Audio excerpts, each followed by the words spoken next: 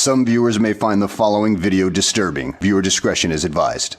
Hey everyone, welcome back to Board Games Unlocked, and Brad and I are doing our top 10 science fiction games. This is a list that we've actually done on the channel a while ago, and since then, a bunch of sci-fi games have come out, and it's just one of those times to just redo the list with more modernized games or not. But yeah, I mean, I basically ordered these in a way of kind of how sci-fi they were, of course, and then based off my favorites out of what was like my initial list was like, okay, this is like pure sci-fi in my head. So and then I just kind of ordered them in a list of, hey, this is my favorite out of these 11, I guess. I'd say mine's probably about the same. I mean, sci-fi encompasses a big range of stuff. It really does. So because I even looked up the science fiction definition, and it's like based on imagined future scientific or technological advances and major social or environmental changes, frequently portraying space or time travel and life on other planets. So yeah. I tried to take that. I mean, theoretically, it's such a broad definition because it's like let's say a more recent game, My Father's Work. Is that sci-fi or is that fantasy or is that is there a combination of both there? I don't know. Well, like any of the Jurassic Park games are sci-fi. Yeah. It's kind of it's like, but it's almost fantastical at the same time. I don't know. So I can 100% say all 11 of my games are space themed, except for one. Space themed, yeah. Mine maybe one is kind of not space themed, but it has that general container. Have 3 that are not space themed. The rest of them pretty much are. Okay. All right. Well, let's go ahead and get started. I'm assuming I am first. Yeah. With an honorable mention, which is actually very surprising. This list is this one and another list that we'll be doing at a different time are always very difficult to me because I love all of these games almost equally. So this one is easily the most complex game that I have, 1 in my collection and 2 just on the list in general. And it is On Mars. So I don't know why I said it that way. On Mars. This is the latest, I believe, of Vital Lacerda's games.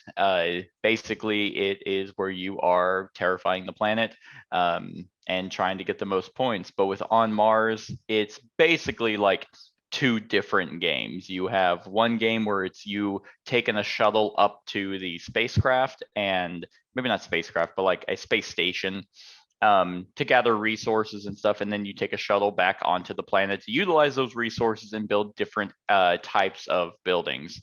You have, I think you have 5 different types of buildings. You have like oxygen, like grass, water, air, and then like shelter is one thing to where you can get more people out. You also have a rover that you move around the land or the planet picking up various items. And there's a lot going on in this game. Like you have projects, like corporate projects, you have milestones you're trying to complete. And like all of his other games, you can't really just tell someone, I mean, you'd be like, hey, here's what you do in your turn. You place 1 worker. And it's like, oh, that's easy. All right, now you need to understand these 15 other things and how they all interact with each other to be able to play the game. This is easily probably his most complex game that I have played, and therefore that's why it's at an honorable mention, because I don't always want to play it. I mean, it's like a 9 out of 10. It's a fantastic game, but I'm not rushing to my game room to set up this every time I have people come over. Right. But in terms of sci-fi, I mean, terraforming another planet, going to another planet, making it hospitable for humans. That sounds pretty sci-fi to me. So it almost made the list. So that's my honorable mention, On Mars. Good deal. I don't know if I'll ever play this or not, but we'll see. I can probably get you to play this before I got you to play Feudum. Oh yeah, for sure.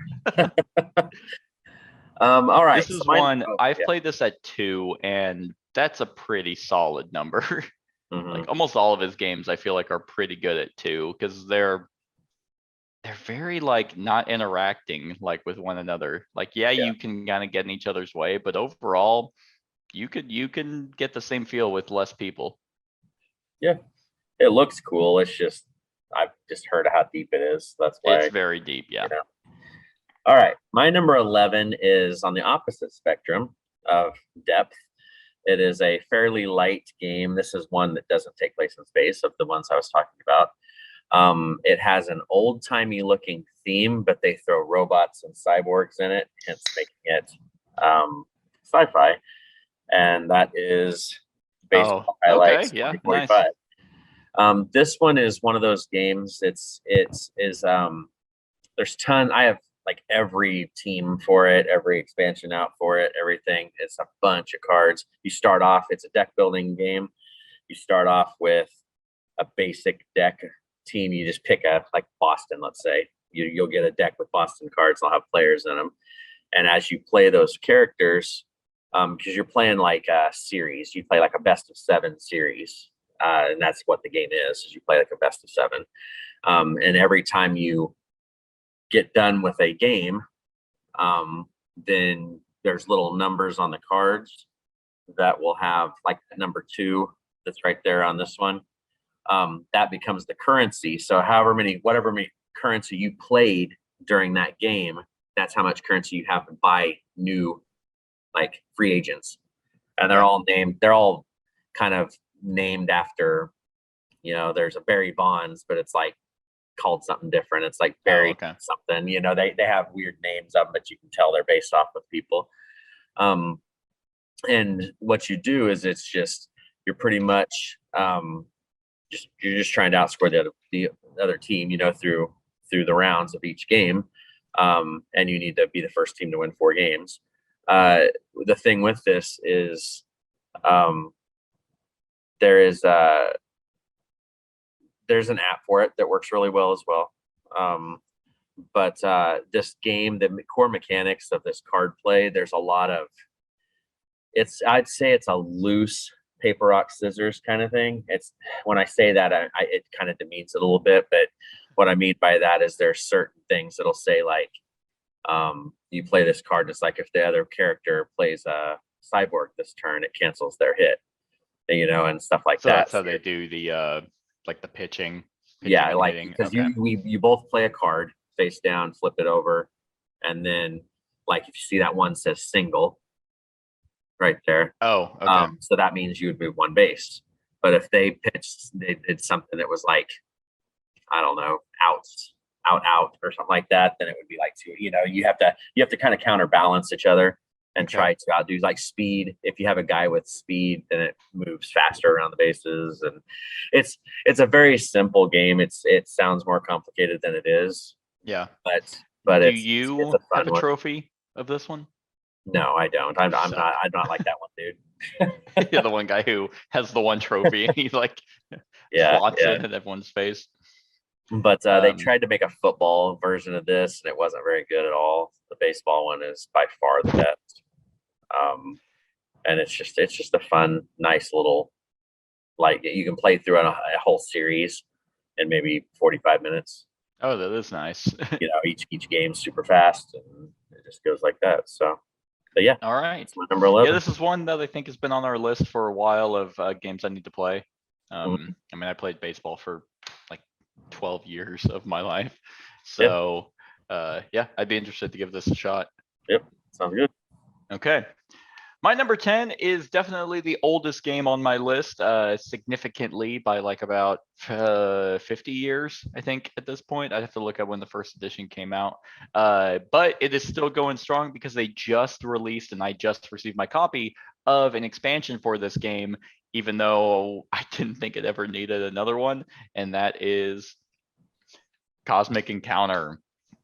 Cosmic Encounter, definitely sci-fi. You play as different alien races. It's at number 10 because it doesn't really, it only incorporates the sci-fi theme because it's a bunch of various different alien races and you're kind of abstractly fighting each other's planets.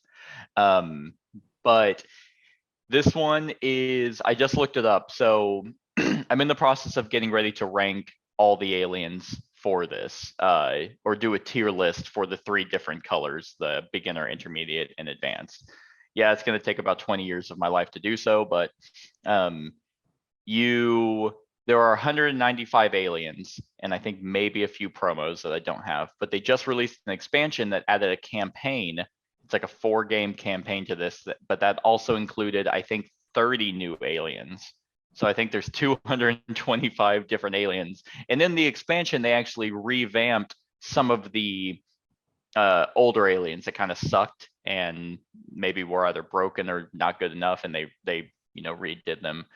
But I've never had a bad game of this. Like, it's just one of those negotiation games. It's so much fun, just the chaos of everything with the different alien powers and who's broken, but you're making allegiances with others and trying to take over planets, and then whoever gets to 5 different planets first wins. But there's just so much going on that's never a guarantee. In fact, you might think that you're about to win, but then someone else can snipe either the victory from you, or you can share in the victory, and you're like, oh, okay, well, then yeah, let's just do that. And then you're like all in on trying to win with another player, but then someone else's ability comes in.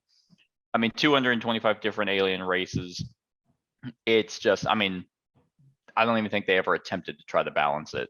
Like, the game kind of, but it's weird because it's not broken. At least I don't think it's broken. It naturally balances itself out because it is pure negotiation. If someone has the best ability in the game, well, no one's allying with them until it suits their needs. So it all just kind of comes out in the wash. And yeah, I mean, this is probably like the sweet spot is like at minimum 4 players, but you can play with 3. I just don't feel like it's chaotic enough to warrant 3. And then there's just always that weird middle person, because you have to attack another player, and then there's just one person who has to decide whether or not they want to ally with one or the other. It just can show favoritism. It's just annoying. So 4 is really good. And then, I mean, how many does this play up to? I think it's 6. No, it's 8. Actually, I think an expansion made it 8. I have never played it with 8, but I have played it with 6, and it's super solid. Yeah, this is a 50-year-old game. I think the first one came out in 77. Yeah, about the year before I was born. So don't say 50. Yeah. Come on, it's not 50 years old. I'm not that old yet. It's 45 years old. 45 years old. Okay. I was like, I don't want to do math in my head right now. Yeah, 45 years old. That's insane. That's gross. God. But yeah, if you're wanting, I mean, here's the thing. You don't even have to get all the expansions. Get the base game, and that is almost infinitely replayable in and of itself. But there are a lot of expansions for it that do add some really cool modules that you can throw in. At this point, I would say get the base game and get the new expansion. That's a small campaign and a bunch of other modules that it's a big box. I think it's their only big box expansion that they've done for it. But yeah, like this one, I feel like is definitely inherently sci-fi. That's my number 10. I would have guessed that would have been higher on yours. Yeah, so it's very interesting because I think I definitely tried to, because it is just aliens. And I guess as I'm re-looking at my list, I might have actually just done it in a way of what I think feels more sci-fi to what the definition was. Because whenever I pull up the definition, I was like, that's right. I looked, because it was already like purple highlighted as if I already searched it. So I was like, that's right. That's what I did. So that's probably why. Gotcha.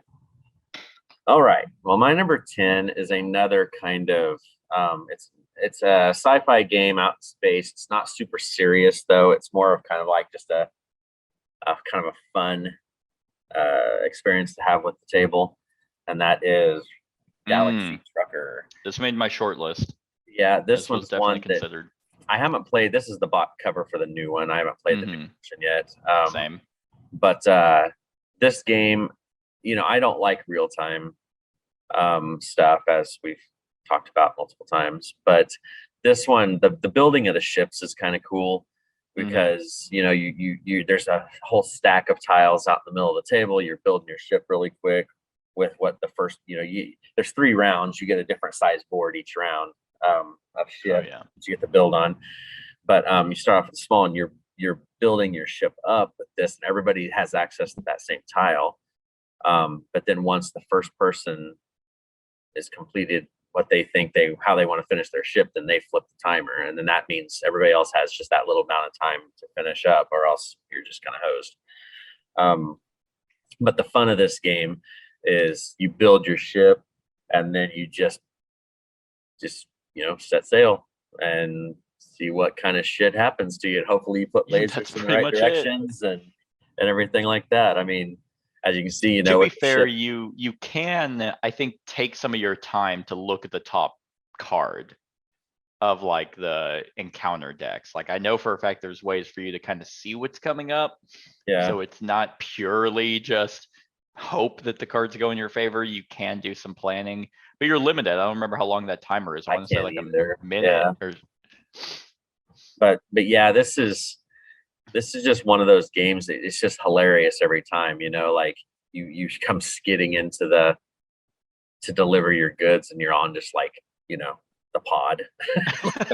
Right. Like, you get, and then all the expansions, you know, they've had alien stuff added, they've had all this different stuff added.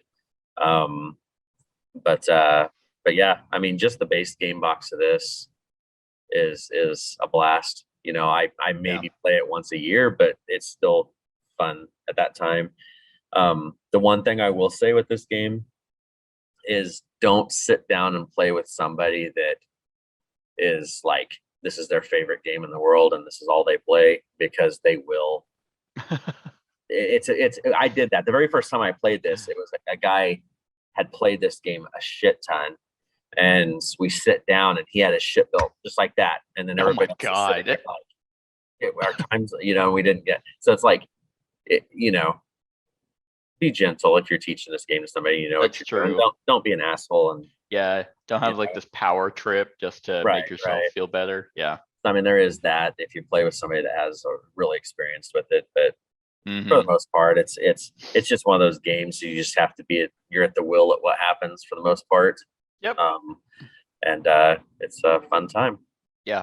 The only thing I have to say is, why the hell do these dice look like they're photoshopped into this picture? I think this picture almost looks like everything. Actually, everything's like weird. A computer picture. I think it's like a computer, almost like a Tabletopia picture, maybe. It must be, because like what's weird is that like the board looks like it's really there, but then but then the hourglass looks like it's CGI, and then the dice. I bet it's one of those online. Okay. I was like, what this just looks weird. Okay.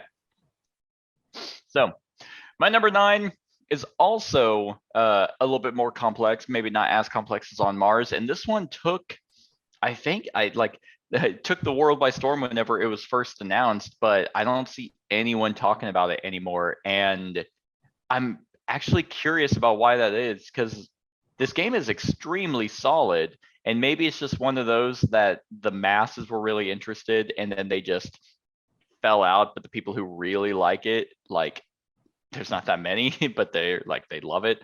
I think it's fantastic. I really like the way the game plays, and it is Black Angel. The one thing I hate about this game is I hate that ship design. I mean, it does. I mean, I think it's meant to be an angel, which makes sense considering the title. But this is. Sorry, I got to interrupt you. You know what that ship reminds me of is Spaceballs, like the maid. For some reason, I get that, like the maid and Spaceballs with the vacuum. You know what was her name? Well, I'm not talking about the C-3PO one. I'm talking about the big ship that. Oh, okay. That turns into a Statue of Liberty thing holding a vacuum. Oh my God, you're right. Yeah. That's what it kind of reminds me of. Anyway, continue. And she has a vacuum. Yeah, and she's sucking all the oxygen out of the planet. I've seen Spaceballs once, and it was like 5 years ago.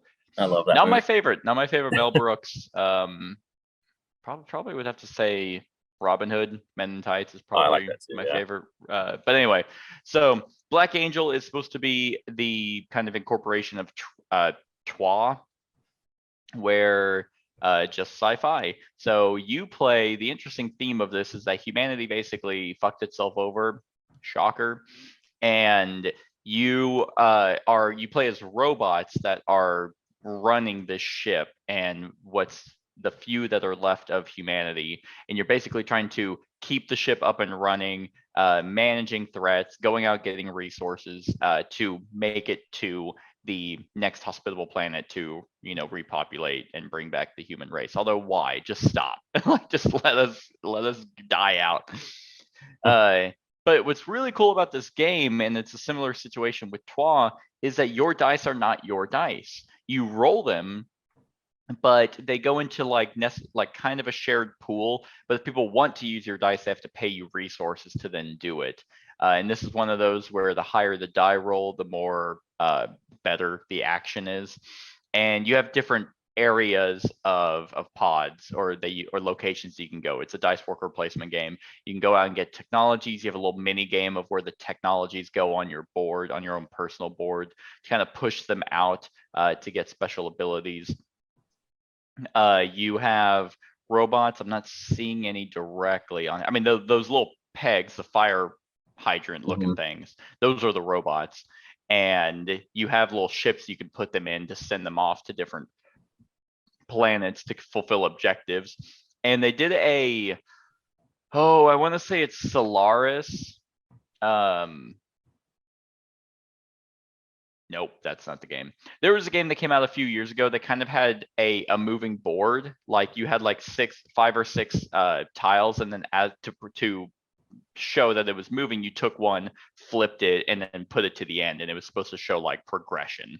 They do something very similar here. The Black Angel ship is moving forward, and eventually your objectives and what your robots are on will fall off, and then you complete the objective, and then you can get like multipliers with certain things if you happen to have your robot on it, but then other robots can jump on and kind of, you know, reap the benefits as well. It's extremely solid. It looks, I mean, it's a busy game. Like, I'm not gonna lie. Like, there's just something about this game that is, I don't know. It's like, it's complex, and it's weirdly complex at the same time. It's like, it makes sense to me, but for some reason, the people I've played this with just haven't quite grasped it. So I don't know what it is. And I think a lot of people also don't like it because they don't like sharing their own dice. So, but I think that it's, for me with that concept, it's like, I don't view the dice as my own. I just kind of never got into my head that these are mine. So I'm Right. never upset by it. I'm just actually, okay, well, I rolled these, and if I rolled high, yeah, I'd like to use my own dice, but if you want to use it, that's fine. You just are going to have to pay me for it. And resources are very tight. It's a tight game. I think another reason why it fell off is they quit supporting it. Who's the company that did this? Pearl Games. Yeah, like, I know Twa got an expansion for it, but yeah, they it's just kind of around. I still have it. I think it's super solid. It doesn't get played a lot, but it's, if you're looking for a sci-fi game, I mean, this is a really cool concept, and it works really well at 2 and 3. Haven't played it at 4, but I very much like it at those player counts. So yeah, that's my number 9, Black Angel. Interesting. Yeah, the robots look kind of interesting. They're very weird. It's purely mechanical because the ships are like these gray ships that these robots Right. can fit in. So they just, whatever. I don't know why they made them that way. Yeah, they work. Mm-hmm. All right. So my number 9 is a game that is no longer in production. Based on a TV show. Oh, wow. Is this on your list? That's surprising.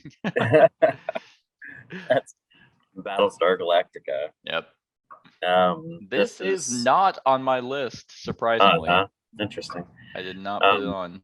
So this is, you know, kind of this was like the first true like IP driven game that was really successful. Mhm. You get I mean, this feels so much like the television show playing this board game. If you don't have to watch a show to play the board game to enjoy it.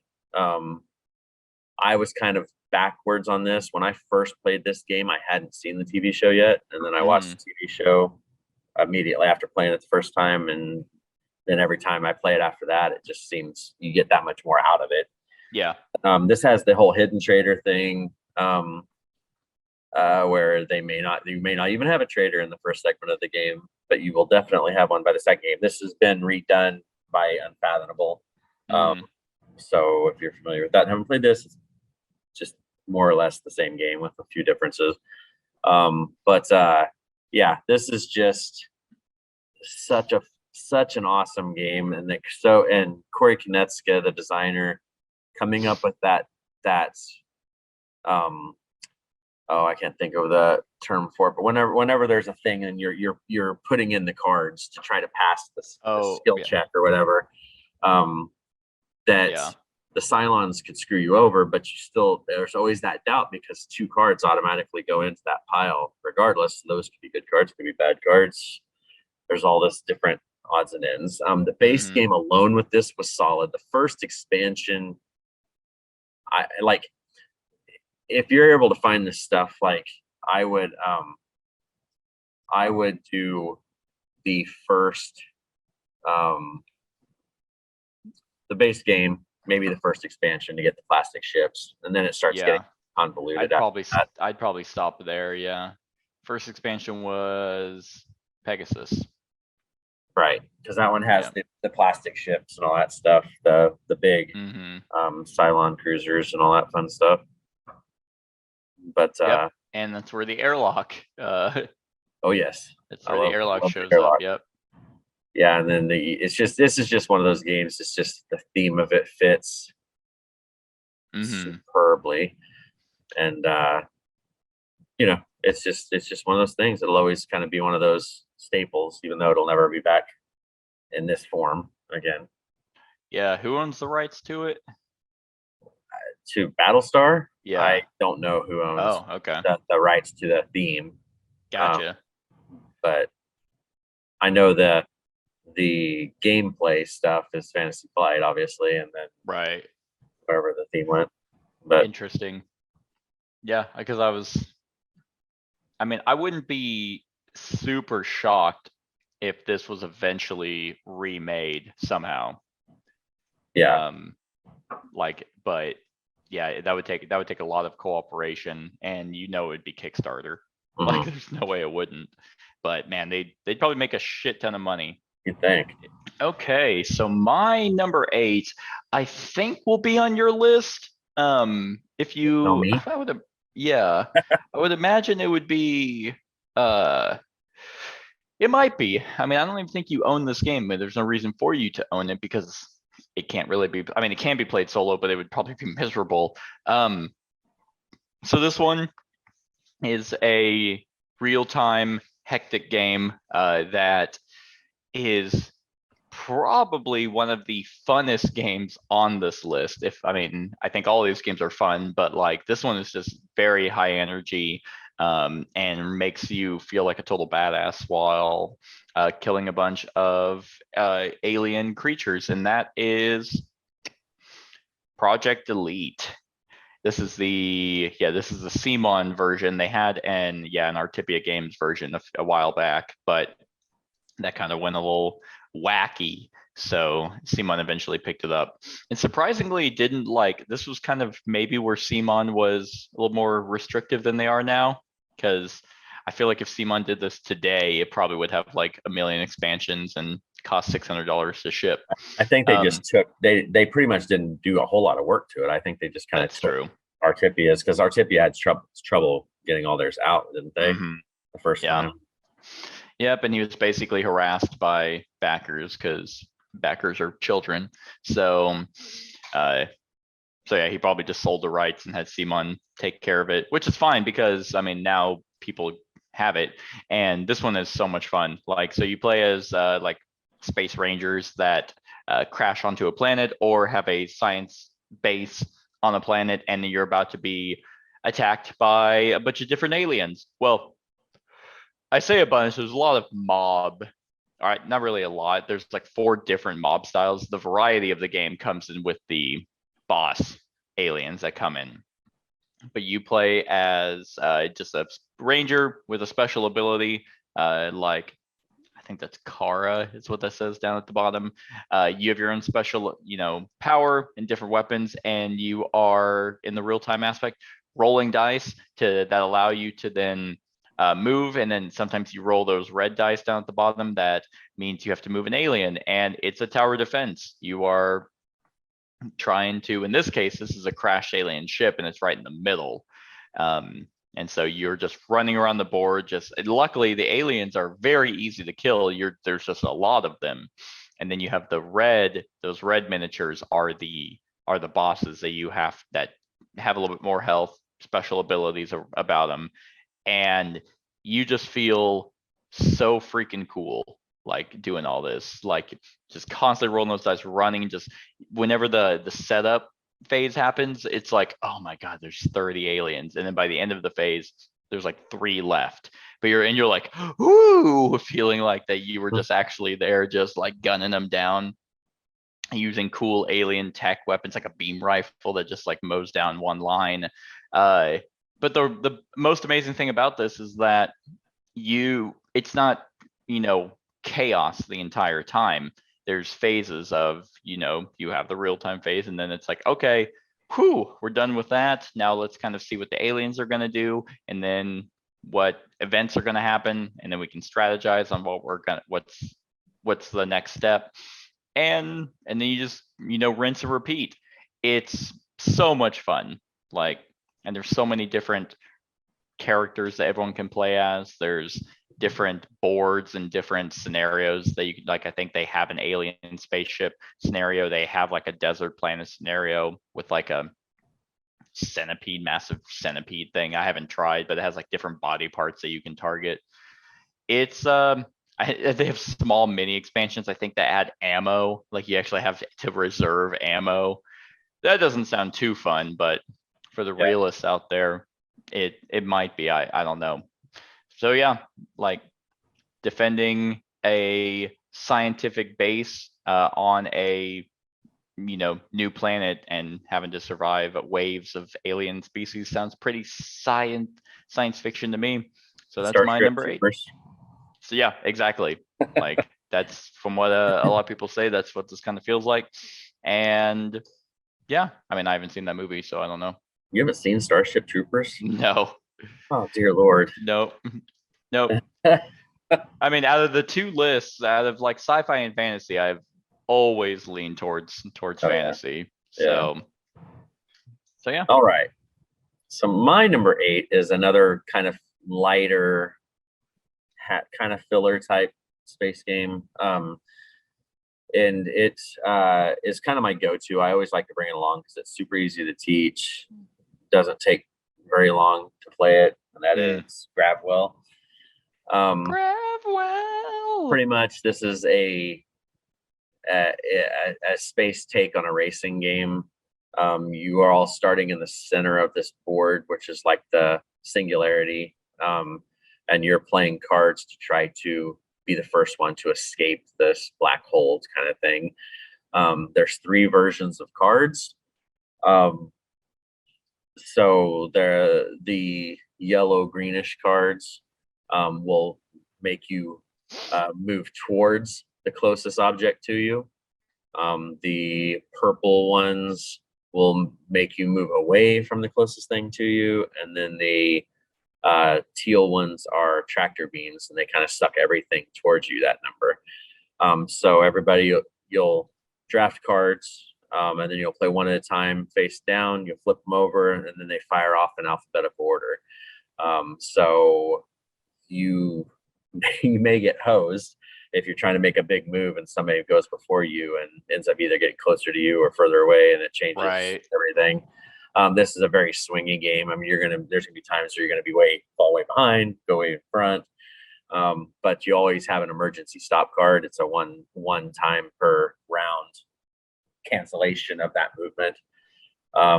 And it's pretty much you're just racing to the outside. I mean, there was a new version of this, like a second edition that added some new things to it. But I think that's what the art. Yeah, the cover that you showed, I think it's the new version. Well, no, there's actually a new version that actually adds more ships, Oh. more stuff. But okay. those really haven't.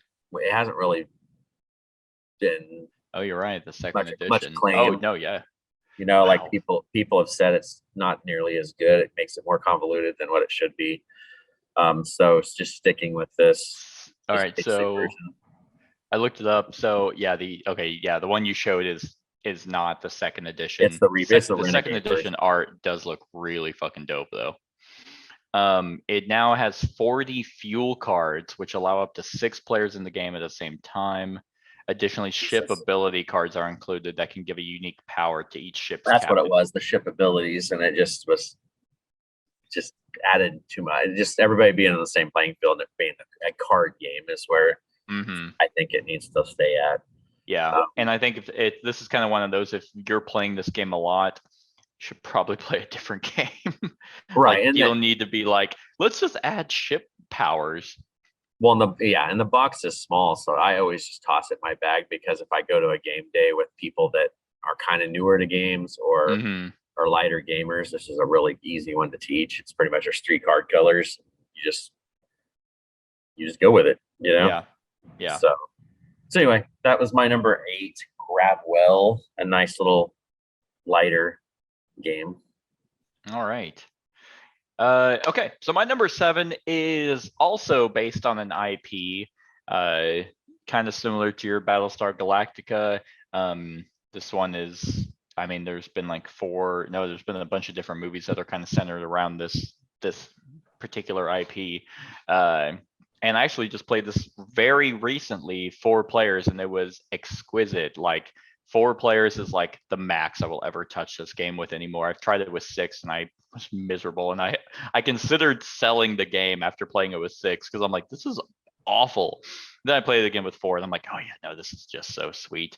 And that is Nemesis. Yeah. Obviously, it's not based off an IP, but it definitely is at the same time. These are 100% xenomorphs, but they call them intruders because Awakened Realms probably could not pay, what is it, WB? Probably couldn't pay the licensing cost to actually incorporate true xenomorphs, but they're very close. In this game, you're awoken from cryo sleep, and you see that one of your crewmates has been killed, and then you kind of have to go out and explore the ship, which is the one thematic element of that. It's pure gameplay reasons, but it's like, why don't you know your own ship layout? Why is it different every time? But you have to go out and explore a ship and meet personal objectives. You are given a corporate and personal objective at the beginning of the game that have a few criterias on each. And once the first intruder shows up, you didn't have to pick one, and that is your condition on how you win the game. It becomes semi-cooperative or fully cooperative. You don't really know.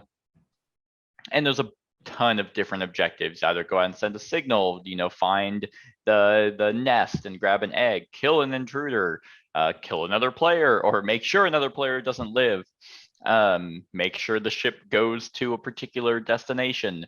So there's a lot that's going on, and a bunch of different ways for you to mask yourself if you are a traitor. And the cool thing about this is, if you are a traitor, you can't directly attack other players. You have to very passive aggressively ensure that they get killed. Oh, the queen just crawled into a room with player number 3 and I want him to die.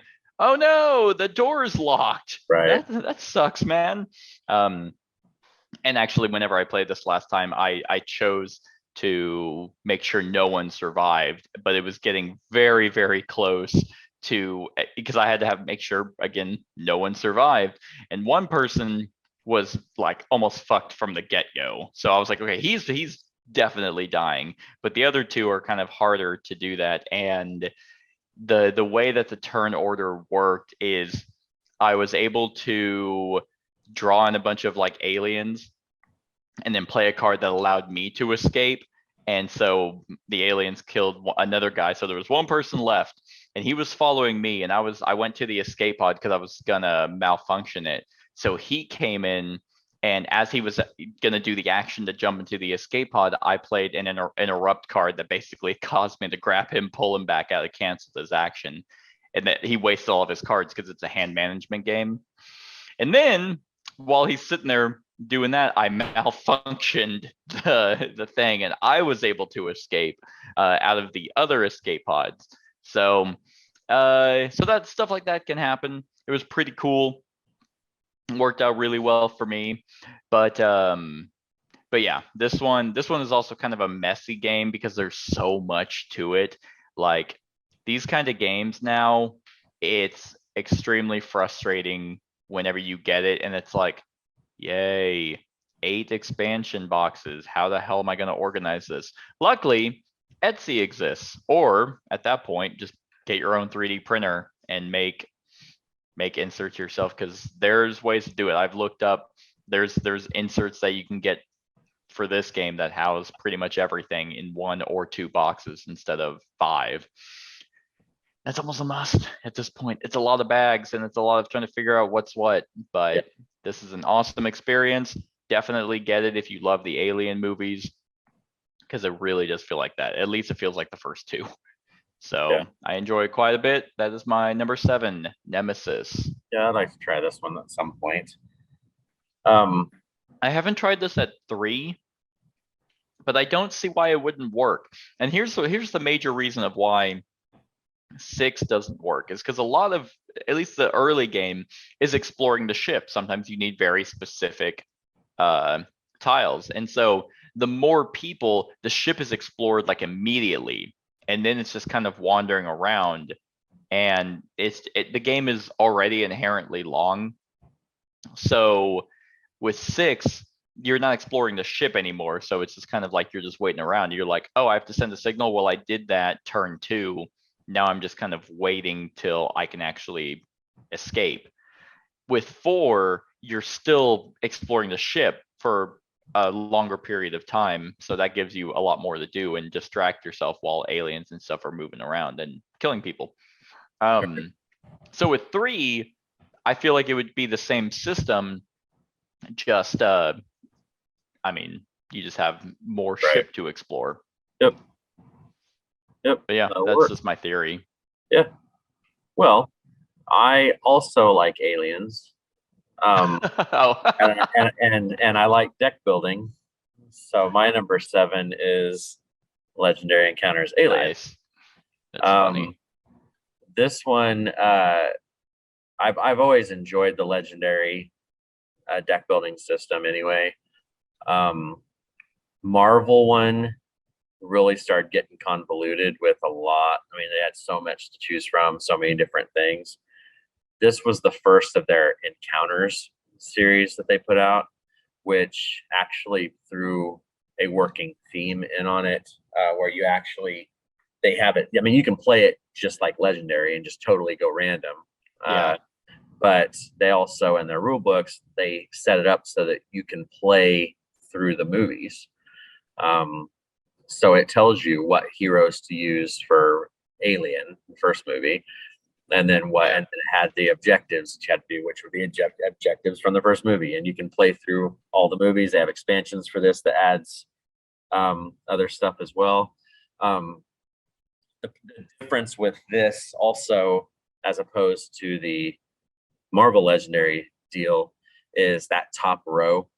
The cards will come out face down and keep moving across, whereas like in Marvel Legendary, they come out face up and they move through the city, and so you knew what was coming. These are all face down, and you have to spin that scan attack amount to flip it over.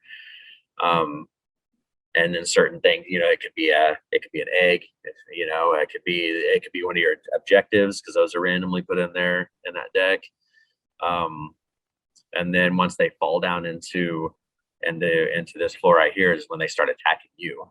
So you want to try to kill them beforehand. Each movie, it's broken up into like 3 objectives. So you're going to do whatever the objective card says. Also with this game is when you have your initial deck, you're going to pick an avatar to start with, and so everybody has the same starting deck, but you'll have a special ability and like a special card that goes in your deck to start with. And you also have hit points. So when you take damage, you draw from a wounds deck, and it could be a flesh wound, no damage. It could be 5 damage. I mean, it could be whatever. So the damage deck is randomized as well. You can heal those wounds if you have the right cards or people out there. There's just a lot of cool stuff with this. It feels like you're playing the Alien movies in deck building form. Yep.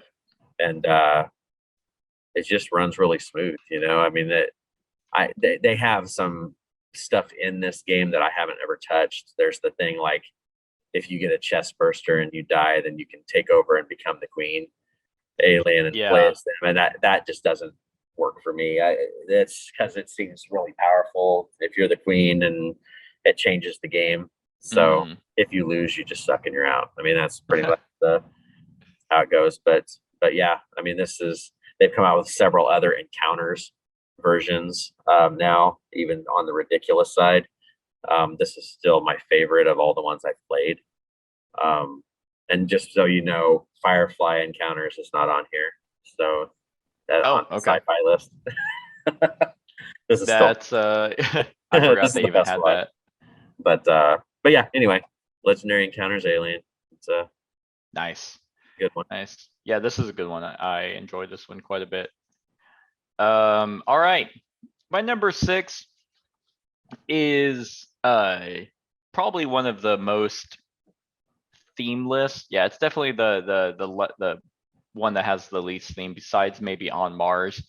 You can make theme out of this, but it's pretty loose. It is a different iteration of a very popular game that I haven't played that one, but I have all the expansions for this one. I very much like it, and it is Roll for the Galaxy. So I haven't played Race for the Galaxy. I know the people who kind of compare the two. I think they enjoy Race more. I like the dice aspect of this game. I think it's very neat how the dice are different. They have different symbols that perform different actions. They have like different like themes to what they are. Like red is military, and I think white's just generic worker, and green is like scientist. But they have different faces on them, and depending on the objectives that you're trying to finish, like the technologies or the planets you're going to scour, you're going to want different symbols. And the point of the game is you're trying to have, I think there's a number. I think it's either 12. I want to say 12 overall things into your tableau. That could either be technologies or that could be planets. So you're gathering all these different colored dice and putting them into your cup and rolling them. And you have 5 different actions you can choose from. But after you roll, you decide which action, and this is all behind a player screen, which action that you guarantee want to perform. And then you place all the other dice kind of underneath it. And this is a really cool system because you kind of want to read what your opponents are going to do, because if you have dice underneath the little action thing, then if another player activates that, then you also get to do it. But so sometimes if you're like, well, I really want to ship off these goods because I need money, but they also have a lot of goods, they might ship. So that means I'm going to use these other dice elsewhere and pick this other action that I want to do. So maybe I can try and, reap the benefits from their action and get to do my own. And so you kind of have that gamble if you flip, and they thought the same thing. So they thought you were going to ship, and so neither of you shipped. Then you kind of just killed those dice. Now, luckily, they're not spent. They don't go away. They just go back into your cup. But this one is just extremely solid. There's so much content to this game. I love the tableau building of the special abilities, the different dice.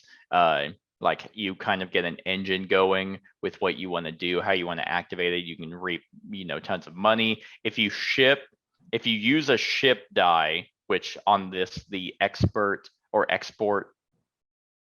duties, that has a ship icon on it, that white die.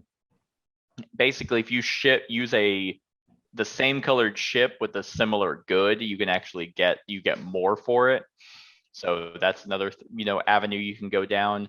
Technologies are really mainly where you're getting special abilities, and they have like super techs that you can complete. It's just really fun. I've always liked this since I've played it. It's pretty it's not intuitive in how you're trying to teach someone, especially with the player aids like that are on the screens. There's a lot to it, but I think this game kind of, once you understand it, it starts to click.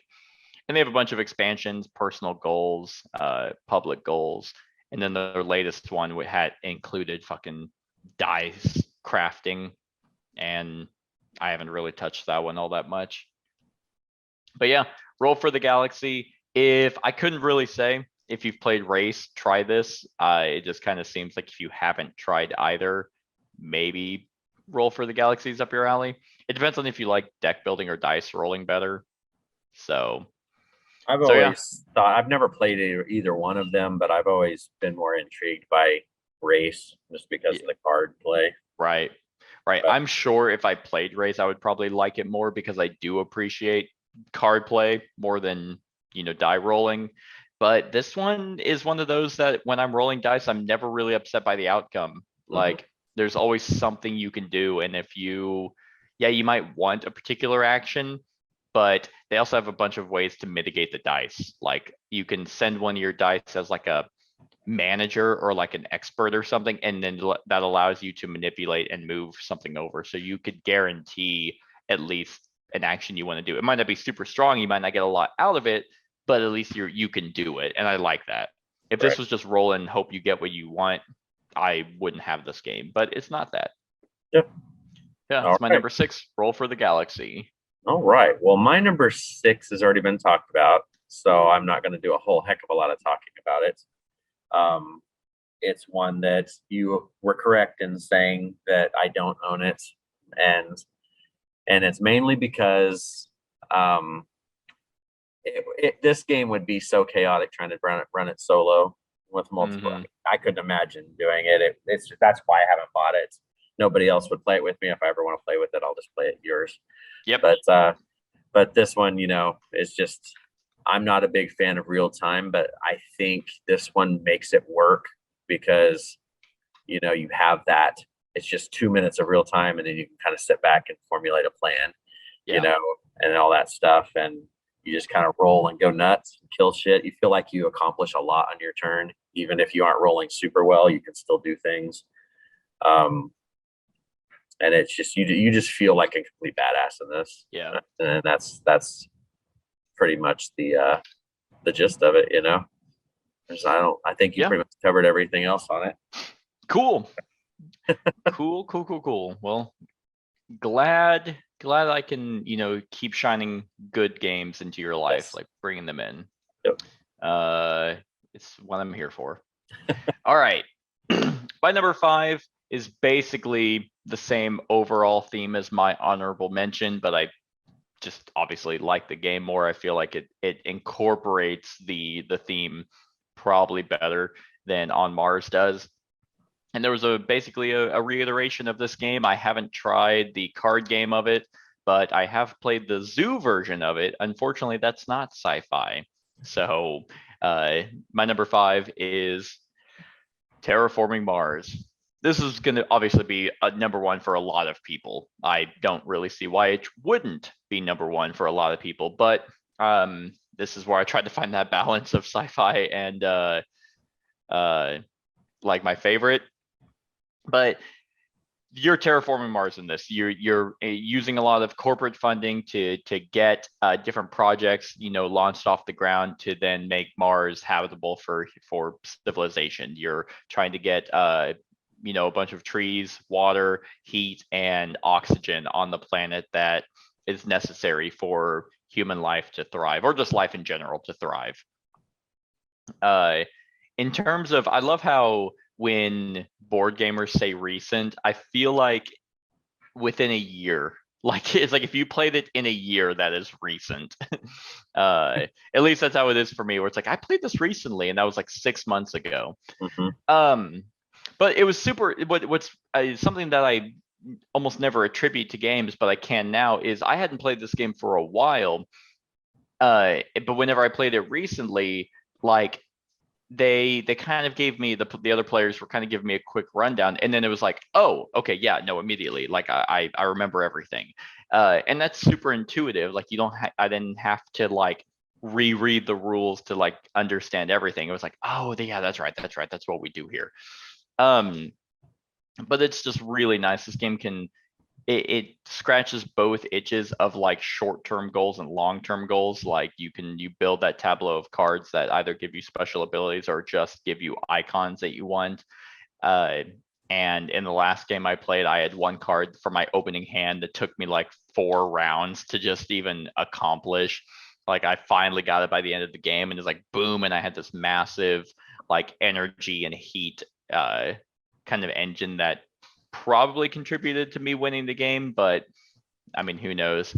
You have a bunch of different milestones and awards that you're going for, and overall, this is just purely. But here's the weird thing: is this feels more realistic than sci-fi at this point? You know what I'm saying? Oh, I mean, yeah. obviously, Yeah. like, so it's like arguably, I mean, you could be like, well, this isn't as sci-fi anymore, just because it is more grounded in reality of like, hey, here's what we are potentially aiming to do as a species, and maybe we just have massive billionaires who have overarching goals who are wanting to get this done. And I'm all for it. I think that's really neat. I remember years ago there was like some expedition that was supposed to be launched as it was supposed to be a one-way trip to Mars and basically kickstart this kind of thing, but I don't know if that died or what's going on with that. That seems like a tall order to, Yeah. hey, you want to sign up to never come back? If shit hits the fan and you're stuck there and it doesn't pan out, whoops. They just turned it into a movie instead of sentence. That's fair. And they're like, this is what, okay, well, this is what it would have been. So yeah, I think a lot of people would probably, of course, have this at their number one. I haven't tried Ares Expedition. I don't know if that completely replaces this. I don't know. I have it sitting right here. I haven't Right. tried it yet. So. Yeah. So I mean, we'll definitely give it a shot at some point. I know you might before I do. I just never felt the need to play that one. I was like, well, I don't find 30-minute games like enticing. Like I don't try to fill a void of 30 minutes with a board game. Yeah. So if I want to play a game like this, I'll make the time to play Terraforming Mars. Yeah, and I had always stayed away from it too, but when I saw it was on sale for $11.99, I just kind of bought it just to give it what the hell, Yeah. And then there was also that psycho guy who like death threaded everyone at Stronghold because Target got their copies before he did. Yeah. And fun fact is that guy was commenting on my videos for a while, and then I saw that, or I think you told me about him, and I was like, hey, I'm gonna ban this guy before he finds out where I live and kills me. For sure. Yep. So yeah, that's my number 5, Terraforming Mars. All right. So my number 5 is one I think might be on your list. I'm not sure. It's a game that you borrowed. I think you enjoyed it. It's a purely solo game. And it's about aliens coming to attack Earth, and you are trying to prevent that. And that is Under Falling Skies. This is a fantastic game. It is not on my list. This one pretty much reminds me of like Independence Day, the movie. Like the big ships are coming in, the big mothership, and they're sending all these swarms of stuff. But what's cool about this one is it's a puzzle. This is like a super, super big time puzzle, because when you roll your dice, you're placing your dice, a higher number is great for you. Like that makes your things you're wanting to do with your dice super well. But whenever you place like a 5 or a 6, that's how much faster that the alien ships come at you. So it's like you have to balance, like, man, this is gonna be a really cool upgrade for my base, but the bad guys are gonna be swarming us super fast. A low number obviously is not as good for you, but they move slower, so you have to just kind of balance back and forth with that. And managing your power, upgrading to be able to take out and shoot down those ships. Mhm. At the end of every round, the mothership gets closer and closer, which makes the just that much more difficult when you're placing those dice. I still have not. You have done it. I haven't yet.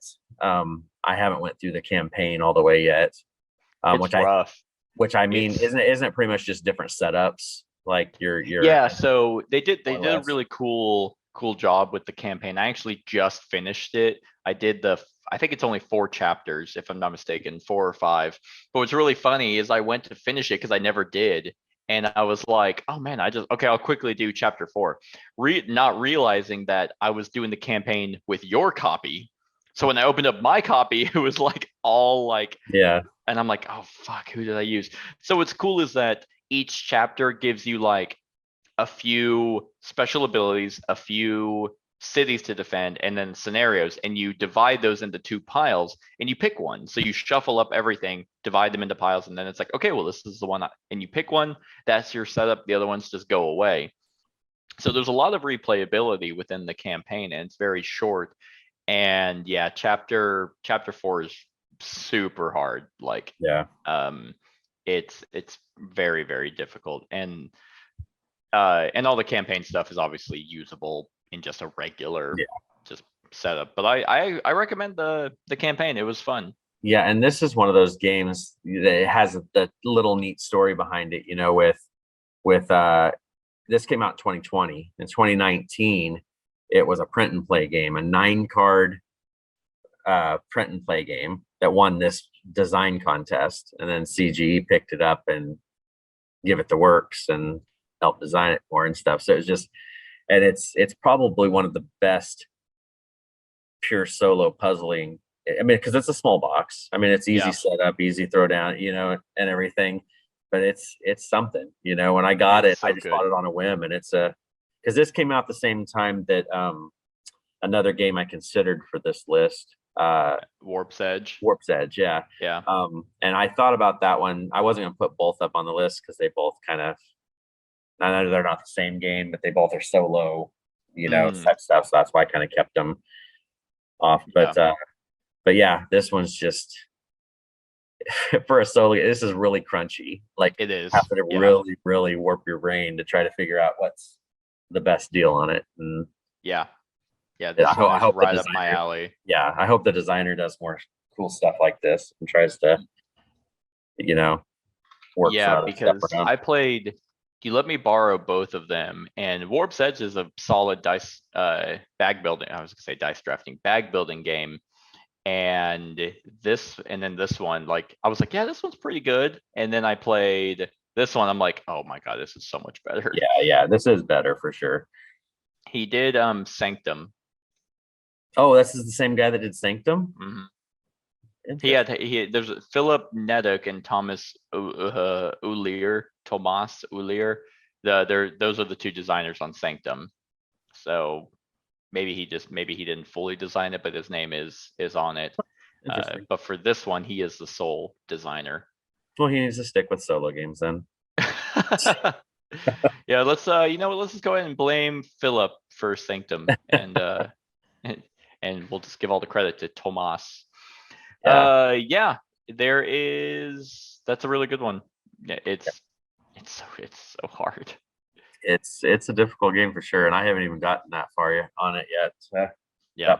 But yeah, it's a solid one of my number 5. All right. My number 4 is definitely also kind of a puzzle game, just in a different sense. Like, it's not dice worker placement or anything like that, but you are essentially picking like a box to go out and play, and choosing a scenario from that box to try and solve and survive as much as possible. This game just went on Kickstarter. It was Kickstarter or GameFound. I can't keep track of them anymore. Yeah, Uh, Hacker Kit and- does them now too. yep, and Backer Kit. So this one is really cool. I think that their overall system is extremely neat, and the fact that they already supported it is a good idea, and that is Unsettled. So Orange Nebula, their system was kind of like their analogy for it was that their core box was the console, and all the different planets was their was like the game cartridge. So you're given, I think, from the initial Kickstarter, I want to say there were 6 planets. Yeah, I'm gonna say 6, and each planet box had like 3 overall objectives that you can complete or that you can go for. So there was already a lot of gameplay just straight out of the gate. But you basically pick a planet that has a biome, like there's a water planet, there's a snow, volcano planet, there's a fungus planet, and you just kind of incorporate those into the core, box system, and you're just going through the objectives. The cards on the left are kind of, and it's written very well. It's very funny, very tongue in cheek, which I enjoy. I'm glad they didn't try and go a very serious route. It's pretty humorous. But on this one in particular, like, yeah, you launch your ship down and you play a scientist that you don't fight. You're just you're like, hey, all right, well, we have a wonderful opportunity to figure out what this planet is like, and then come to find out that this one is, has life-sucking fungus that attaches to you, and then it has like tentacle monsters that are, trying to follow you because they can, smell you because of the fungus that's on it, and you're like, we need to get the fuck out of here. And so it is kind of a survival aspect, but you're really just trying to figure out the puzzle on how to finish this objective. It's extremely cool. I love the system that they have for this. Every planet feels radically different from one another. This one had like unique cards that were, if you got enough fungus on you, you started having hallucinations, and those were different. There were a bunch of different cards for that.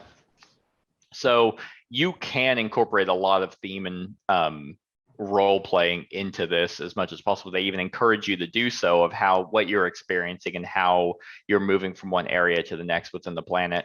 It's not quite as like Seventh Continent, where each card connects to one another. You can see it here. The pictures don't connect.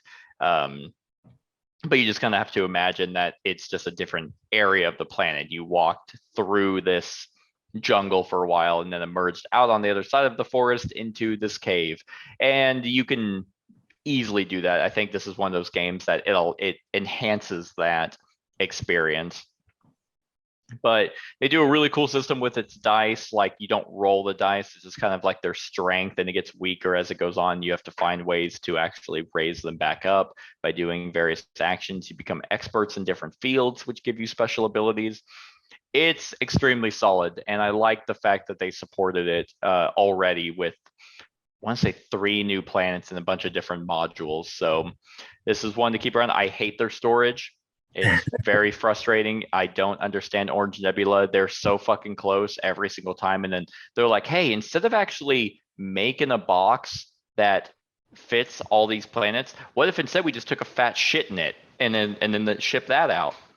And it's like, cool, thank you. Now I just have these weird small boxes just lying around, but you fit 2 of them. You have the core box, and then they put 2 planets in that, and then you just have the other planets lying around. And that was even more exacerbated by the fact that they're like, hey, here's our very unique Orange Nebula unsettled sleeves. Well, throw the insert away because like it doesn't fit the sleeves, which I know they fixed in the newest Kickstarter. You can actually get it to where it does fit the sleeves, but at that time I didn't have that, and I'm like, what is wrong with you? Like, Yeah. So I'm hoping that the big box storage for Vindication, when it comes out, actually holds everything properly. It will, and then they're going to release an expansion, and then their big box is useless. Yeah. I hope not. I'm kind of hoping that if after that they're done with Vindication, then they either focus on Unsettled, because they're so cool. Like, they're so like, we would have to like look and probably maybe do a top 10 of thematic Euros, because Vindication and Unsettled definitely have a Euro feel, but you wouldn't know it. Like, just they incorporate theme pretty well. Yeah. For both of the games that they made. So yeah, like at the time, this was actually like almost considered like a, I don't know, like a survival aspect game, but it's really not. It's very much a puzzle, just trying to figure out how to overcome your objectives. Yeah. And the planets that I've played were radically different from one another. So I need to yeah. try it sometime. Like when the Kickstarter came out for this, I was so big on Vindication that I looked at it Mhm. and it just didn't grab me by their campaign, the sound of their campaign. So I never did Yeah. spin on it. Yeah. And luckily, this isn't one of those where they, forced in like some weird RPG campaign. You just go in, take the box, pick a planet, and you set up the scenario. And I will say their overall concept is it's good, like at least for their storage. It kind of is its own insert. It's just like you just have those trays. You can kind of see them here. The top left and the top right. Those are the general trays that are used in every planet, and you just have those set up already. So you just pull those out and pop it out. Then you just take your planet box, which has everything. It's very, very clean setup and teardown. It's just the storage system was really stupid because it's like, Right. okay, I can store 2 planets in this box, but I can't do anything else with the other ones. So why even let me store the 2? Yeah. Like, it would have been cool if they had one box. Like, I would have taken 2 boxes, one box to house all the core general stuff, and then another box that fits all the planets in that you could kind of like just quickly slide out. That would have been neat. But I mean, what the fuck do I know? Yeah, exactly. All right. Yeah, so that's my number 4, Unsettled. All right. My number 4 is a game that I still need to show you. Ooh. I'm not saying you'd like it or not. I mean, it's there's a lot of this one canceled out another one of my used to be top 100 games several years ago, based on an IP that is probably my favorite IP of all time, and that is Star Wars Outer Rim. Yeah. This one canceled the Firefly board game. I used to really enjoy that. This does it better, faster, cleaner, more entertaining. Because Firefly would take forever, and this is not a super long game. Pretty much the theme of this one is you're playing as a bounty hunter, some sort of a smuggler. You're kind of like the underbelly, and you are choosing one of those characters, and you start off with a base ship, and as you go, you're going to take jobs. There's going to be illegal jobs. There's going to be bounties, different stuff. You upgrade your ship, so you can get better ships and all that stuff. You can hire crew, and some of the crew are some of the famous people that we from the Star Wars universe, that and everything. And you're pretty much the player that has the most fame at the end wins. Fame is your victory points, I guess is what you would say. The board is set up kind of interesting. Like if you've ever seen it, initially when I saw this, when they announced it's like weird. It was like a half circle. But it makes sense when you sit down and actually play it. And it looks really sweet. You have these. I've even purchased a few of the Armada, Star Wars Armada, like those little. There's a brigands, like Outcasts and Brigands pack or something that has some of the ships that are in this game. Oh, okay. And then because what you do is your characters are standees, like just standees of their face, and they slot into the deal on those. Okay. So like if you have slave one, you're flying slave one. It's cool. like, so it kind of adds a little bit to it. I don't have all the ships because I don't have all of them, but it works for what it is. The expansion that came out, Unfinished Business, I haven't played that yet. It is out. Yeah, I have it. Okay. It adds more characters, of course.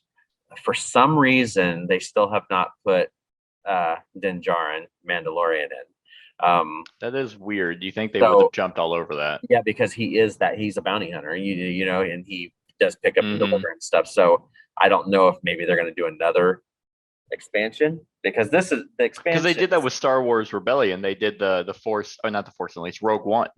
Right. Yeah, it was called Rogue One. Yeah. So I don't know if they're just going to come out with a littler expansion to throw Grogu and him in it or whatever, but They threw some more of the characters though in it that you'd say there's more cards, more jobs, stuff. So Yeah. and they also have there's kind of this there's these warring factions out there that are kind of roaming around out in the outer rim too that you kind of have to avoid and deal with and stuff. It's just, if you've ever played the Firefly board game, Which I haven't. This So. is so much better than that. Does everything that does and better. And it's just, this is a really good one, and this is one I think you would enjoy because it has that. It has those little, the pick up and deliver. It gives you choices of whether you want to be good or bad and do those kind of jobs with risks and stuff. The solo mode for this game is outstanding as well. You pick your pilot, you pick another pilot, and they're doing their thing and trying to gain fame, and you're trying to beat them out and stuff. So, but yeah, this is top notch. Actually, I guess I should have done that. I got busy talking. But that's kind of what the board looks like. It's set up in like the half circle, and you have your ship board that you upgrade and all that stuff. This designer is Fantasy Flight's like, he did Battlestar Galactica, Yeah, he did Corey Space Testing. Hulk Death Angel, Yeah. he did Gears of War, Mansions of Madness, Descent, Journeys in the Dark, Eldritch Horror, Imperial Well, and Assault. He left Fantasy Flight now. He has his own company. He just started too. Really? Okay. Yeah, it was the one that put out the Initiative, I want to Oh, say. yeah. First think game that's for part of his Unexpected company. Games is the Yeah, that's designer his now. company. Yeah. So anyway, this is a really nice one. That if you like Star Wars at all, this is gonna be a good thing for you. It's a fun one. All right, good deal. Yeah, I'd definitely give it a shot. Okay, my number 3, this is the last minute addition that I had why we needed to get this list redone, because I was like, for all intents and purposes, I can't see a reason why this wouldn't jump in. And it jumped all the way to number 3. Couldn't quite, I could see this honestly going higher, but I haven't gotten that far into it. So that's why it did jump all the way to number 3 still though, because it's basically a sci-fi version of Gloomhaven, and that is Stars of Ikarios. This one it blew me away. Whenever I was reading the rules, I was like, this sounds like Gloomhaven. But in space. It has an amalgamation of a bunch of different games that have already come out prior to it.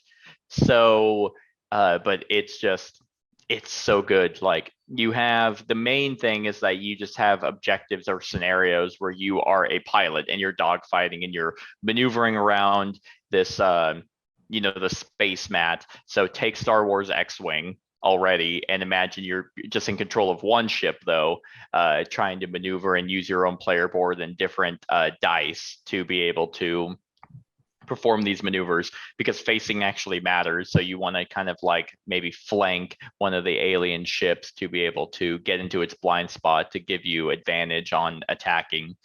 You have a modifier deck. I'm almost 100% certain the modifier deck is the exact same as your starting modifier deck in Gloomhaven.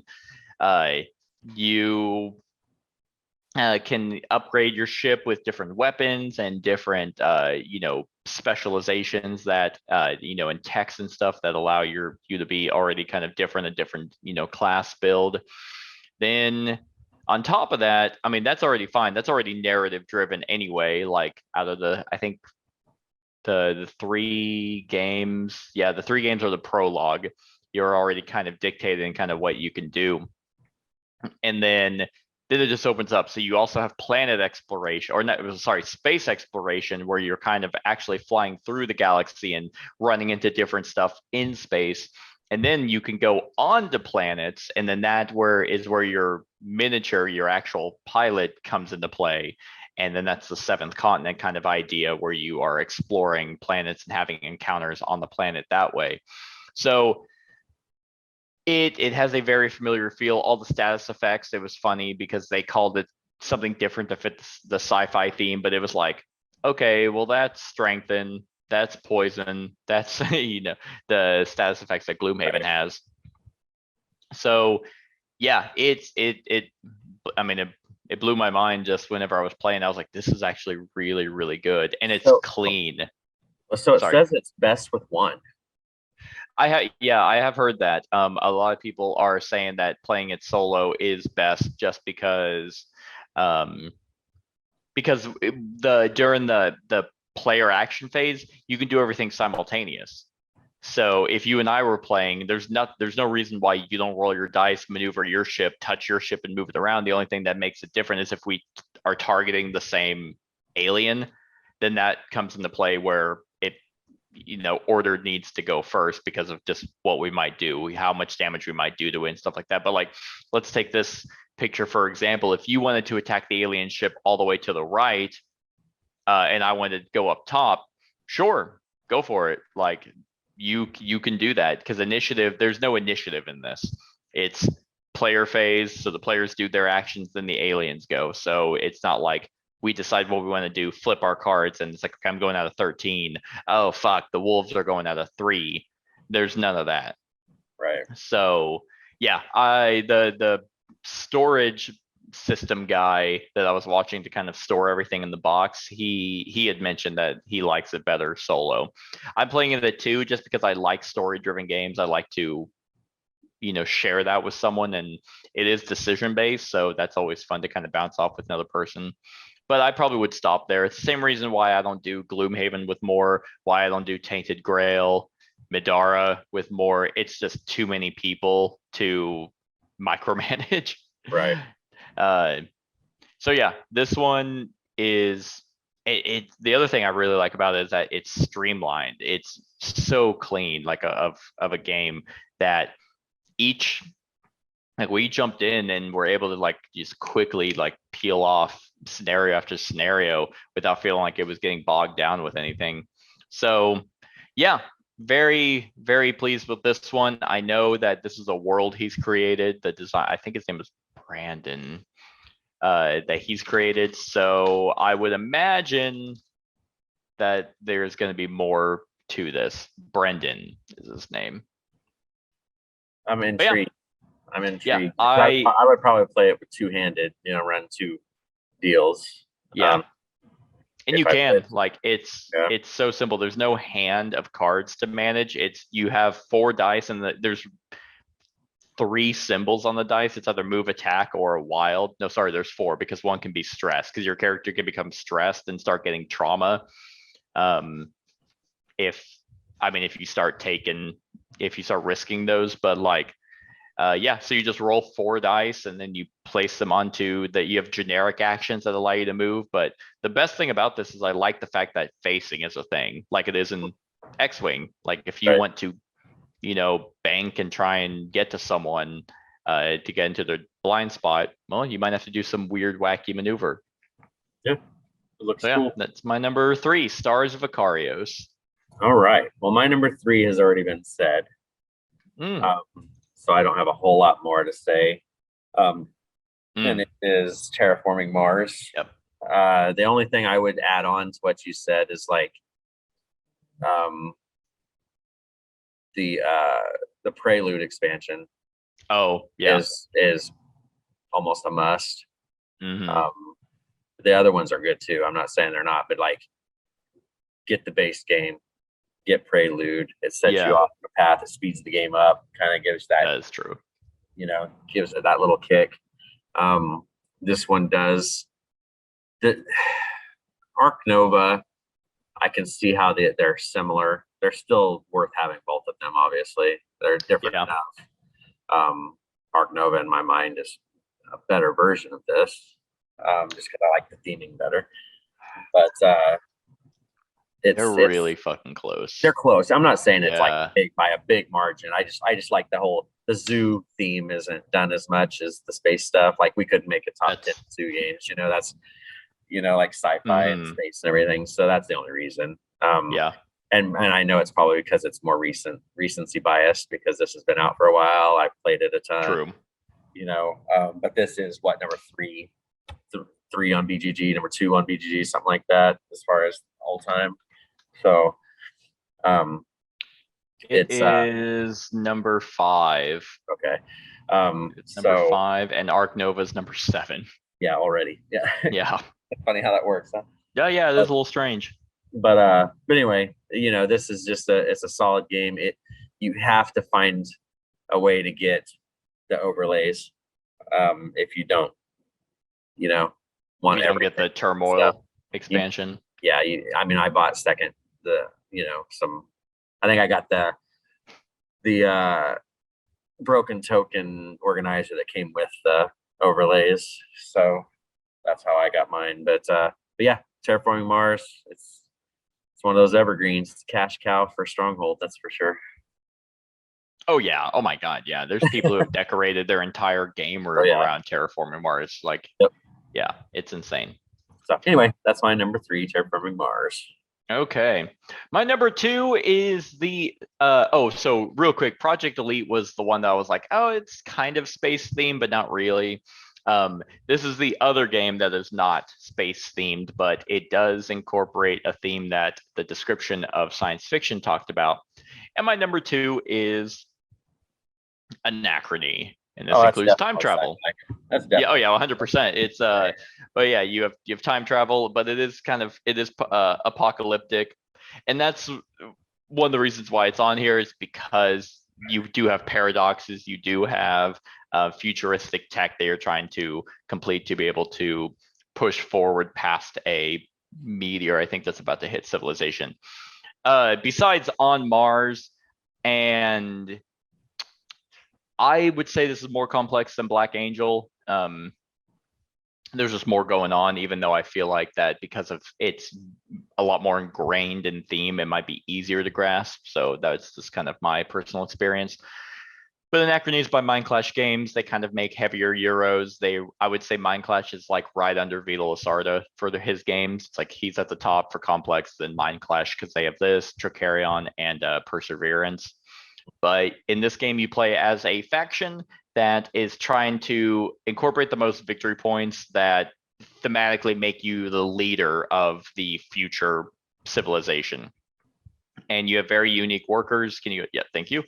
You have unique workers that are specialized in different actions, and you actually have to use power cells to power up suits that you put these workers in so they can go out into, onto the planet to either gather resources, to gather tech, to go trade with the nomads, and stuff like that, while also allowing you, because these resources you need to be able to build unique buildings in your own kind of hub. And that, so you can also now send workers into your hub to either get you more water, do different actions. Basically, it's your engine. And then you also need resources to complete like super techs or super projects that are really powerful. Those are usually a lot of points by the end of the game. And then you have a condition you have to meet before a certain point in the game where you have to go that allows you to kind of escape. Where the time travel aspect comes in is that row of arrows at the bottom that's kind of your timer also for the game before the meteor hits, and you have a few more rows or turns after that. But you can borrow resources from I think it's your past self. Yeah, it's very weird. It's just like you can borrow resources from you at some different point that either could be workers, that could be materials, that could be water, that could be power cells. But that creates paradoxes. So the more of your pieces that are on those tiles you have to roll for, and it could create paradoxes if you create or rifts. And then if you get enough rifts, that creates a paradox, which you have to go out and either send, it's negative points at the end. And if you send someone to it, it kills that person, but it gets rid of the paradox. But at a point in time, you can actually use resources to send back in time so he has it, which is like, but then wouldn't you have already had it if you so I fucking hate time travel stuff. Yeah, it doesn't make any sense. But in this game it does. It's a really cool system. There's so much content to this game. The solo is still to this day. Arc Nova solo is really, really good, but in terms of an AI system, like a virtual opponent where it's not you just playing the game by yourself, Right. Anachrony's is easily the best in my opinion. But they have a bunch of different expansions for this, and now they have their Infinity Box, which I finally got, that stores it all. There's so much to it. It's a very, very busy game, and I haven't even tried all the expansions for it. I'll get to it at some point, but that is my number 2, Anachrony. Yeah, this is one of all the Mind Clash ones. This one has the theme that would interest me the most. Yeah, I think at this point, because I love Tricarion's theme, but I lean more towards Anachrony. So out of Mind Clash's game, I mean, Perseverance is also really good, but it's also episodic, so it's kind of strange because you have episode 1 and 2, and out of the 2 that are currently out, episode 2 I think is the best one, but episode 1 is still really good. So Mind Clash just knows how to do it for me. It's like it's Vita Lasarda, Mind Clash, and then probably Board and Dice. Like those publishers are like the magnum opus of Euro games for me. Yeah. Well, speaking of publishers that we love, this is probably one of my favorite publishers that made this game. This is a game that came out this year. It's headlining probably as being my number 1 for 2022, because I've played it more than any of the others, and that is Burn. Oh, nice. Chip Theory Games. Yeah. I have everything they put out except for Trip Lock or whatever. Yeah. But this one, it does an interesting little twist because you're controlling the robots. The humans are kind of the bad guys, and they've kind of they control these mech things. You're these robot hacker type things that are breaking in. You choose your scenario, unless you're doing the campaign version of it, which I haven't dove into that yet or anything. There's a campaign version of this? Well, it's like I didn't even know that. It throws them together. It tells you in the rule book like what steps to go. Oh yeah, you're right. I did forget about that. But anyway, so this game, you choose your robots, and you're going to have a command module that is going to be on the board, but they are really kind of important in that they are in control of like how many actions you have, and they have their own abilities. Like the one that has all the safe room doors are always unlocked. They all have different abilities. Some of one time maybe beginning of the game deals, some maybe throughout the entire game. But you get to choose your length of game on this. You can choose a 1 floor, 2 floor, 3 floor.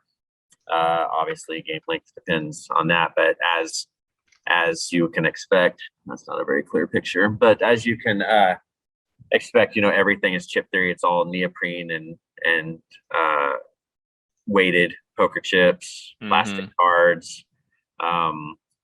The robots, if you got the brass mag add-ons, they're actually metal miniatures that magnet to the top of the chips. It just adds some depth to it.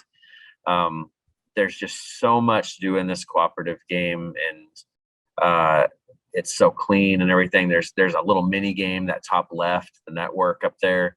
You're moving these little pings around as one of the deals, and that's a way you can reduce threats or gain power, do all this stuff. And if they run into you and they have a higher dice level, they can boot you. So there's a lot of different things you're keeping track of. The main thing, though, focuses right around this. This is a command module mat. So there's going to be chips you're going to have down here in the burn cycle. Yep. And you can take however many actions there are face up chips on there, but if you do the action that corresponds with the color of chip, it's an optimized action, so you get to do bonus stuff.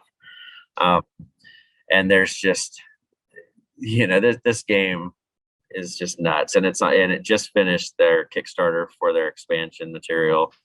Did they finish?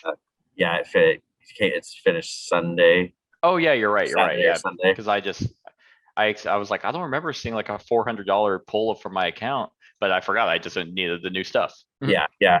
So I ended up, because I got the new stuff, and then I got because the new brass mags But what's cool about those is they actually have the new sculpts, individual sculpts for each of the captains now. Yep. So it's just, this is just one of those games that it just hit perfectly for me. The whole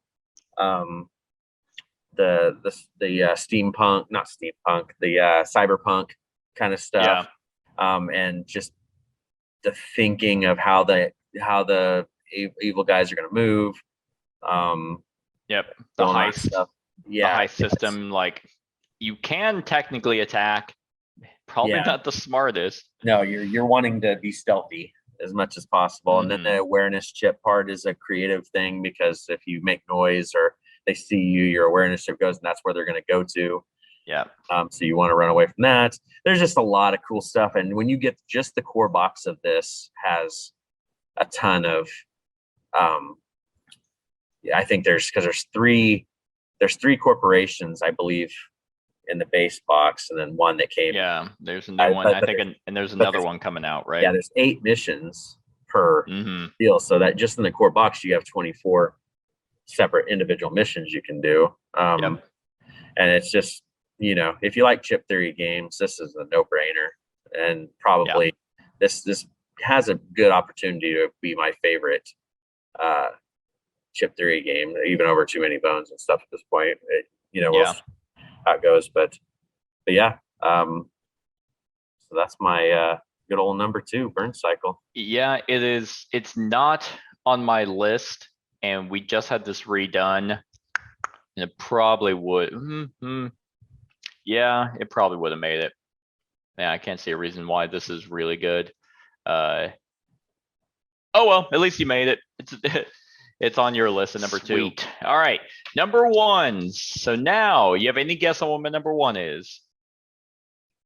The number 1 sci-fi game. My goodness. It's not a crossover. Have I played it?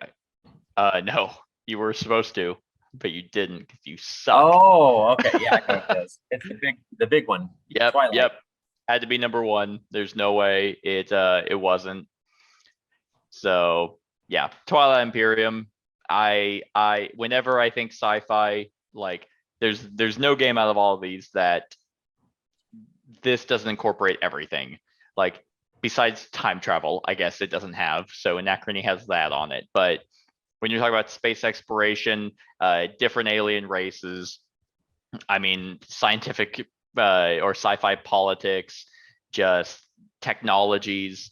This has literally everything, and it has just an epic feel that I mean, yeah, like the other games like Stars of Icarios and Unsettled, those games tell stories. This game also, tells stories. I have so many just wonderful TI experiences that a lot of other games just haven't ever managed to hit that same sweet spot. You were going to talk about Burn Cycle, and a great thing about Burn Cycle is that you do have stories to tell after playing scenarios. And I've had every experience of Burn Cycle or game I've played of that does have like awesome moments to talk about. This has that as well, while also incorporating an intense 4X epic experience that I mean, it had to be number 1. There was no way I couldn't put it as number 1 on top of my sci-fi games list. I don't play this game all the time, but when I do, it's just such a wonderful experience. And I mean, without going into too much detail, this one I mean, you have just different types of spaceships that do various different things. You have alien races with special abilities. With the expansion, you have even more unique alien abilities that are incorporated into it's like Admiral, like just different like I can't remember exactly what they're called, but you unlock them as the game goes on, and it's like there's a passive ability, then there's like a once per round ability, then there's like a once per game ability, and they're all tied to kind of what your alien race can do. And then the politics, which incorporates voting or laws that can come in, electing players to get special unique abilities. Then also you have the negotiation and trying to work with other players or team up against other players to achieve your means. Because at the end of the day, first 1 to 10 points wins. There's so much to this game that I love it. So that's my number one, Twilight Imperium. I'll get to play it at some point. At some point, yeah. Whenever those guys decide to get another day put together. Right. Yeah. I need to schedule my own TI day and then just invite you, because then it'll actually get played. Yeah. All right. So my number one, if you have a guess. I will say you have played it. I have played it. Yes. Oh.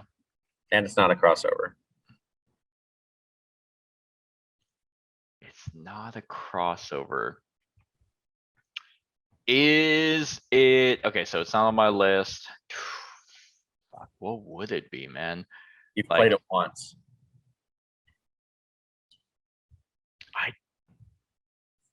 Nope, it can't be that. Is it? Oh my god, it's Android Netrunner. What the fuck? I had the BGG's top 100 pulled up, and I was kind of quickly scrolling through that, and then Android Netrunner is still on this top 100. That's how I saw it. Where is it? I just saw you fucker.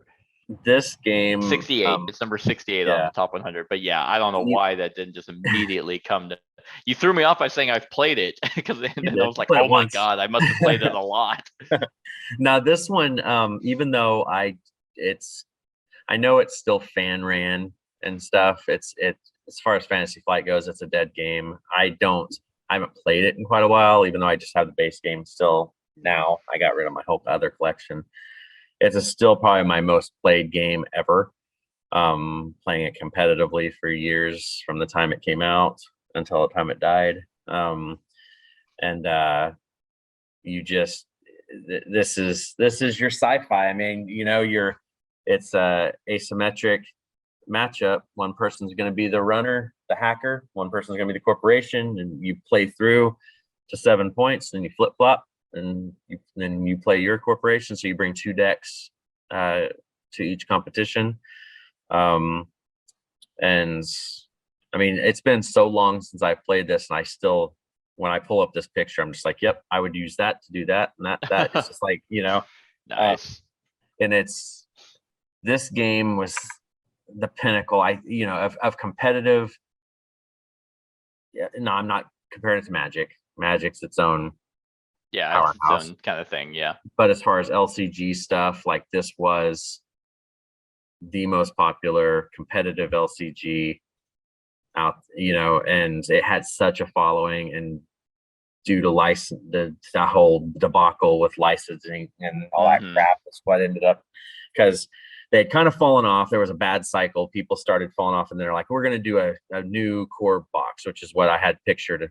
That was the art from the new core set. It's like core set 2.0, and everybody was all excited about it. And then they put out that, and it's like, oh, we lost the rights. Sorry, guys. And it's like, fuck. Yeah. So, but this game was so instrumental in my gaming, just because of how much I dove into it. When I wasn't playing it, I was still thinking about it. I was still deck building online all the time. Yeah. You're just you're trying to steal points for the corporation. They're trying to pass agendas, and it's got hidden information to it. As the court puts down face down cards, you don't know what that is until you go for it. The card that's back here, it has a agenda counter on it, and if it gets 3, 4, 5 agenda, they can flip it over and score those points, and something bad will happen to the runner. But it also could be a trap.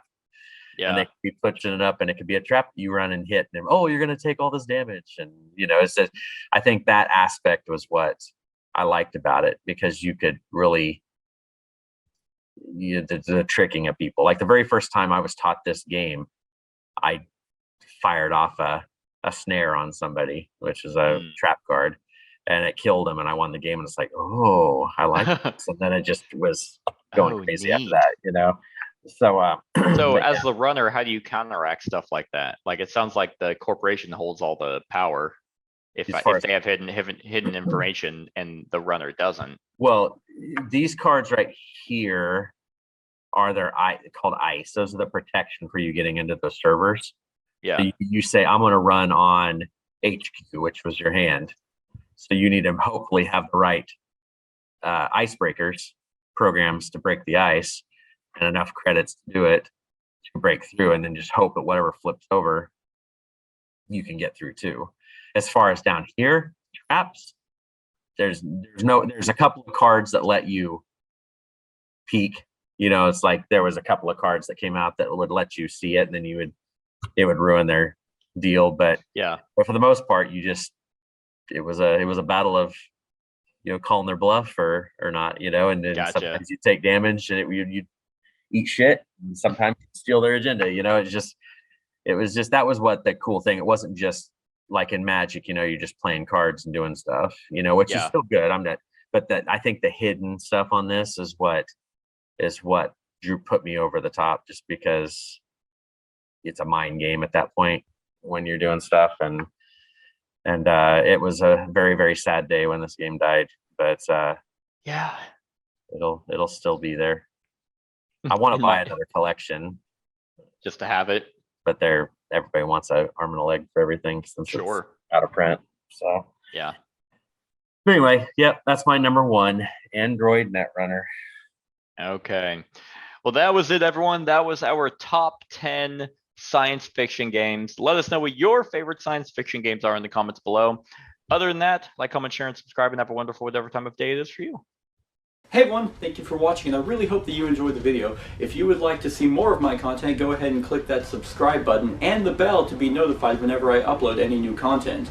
If you feel like supporting the channel, you can go ahead and click that Patreon link to be taken to my Patreon, and any help is truly appreciated. Other than that, stick around for any other run-throughs or reviews or cool top 10s or whatever I feel like putting on. Other than that, like, comment, share, and subscribe, and have a wonderful whatever time of day it is for you.